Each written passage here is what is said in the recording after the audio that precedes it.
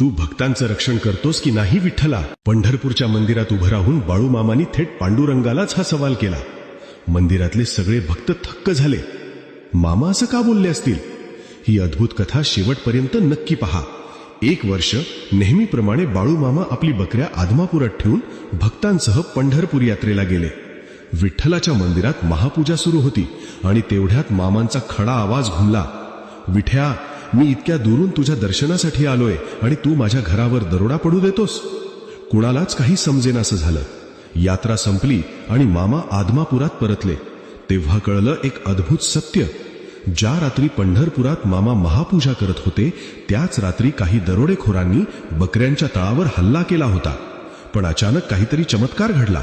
चोरांनी चोरलेलं सगळं जिथल्या तिथेच टाकून दिलं आणि भीतीने तिथून पळून गेले. मग विचार करा, पांडुरंग आणि बाळूमामा यांच्यातील तो जीव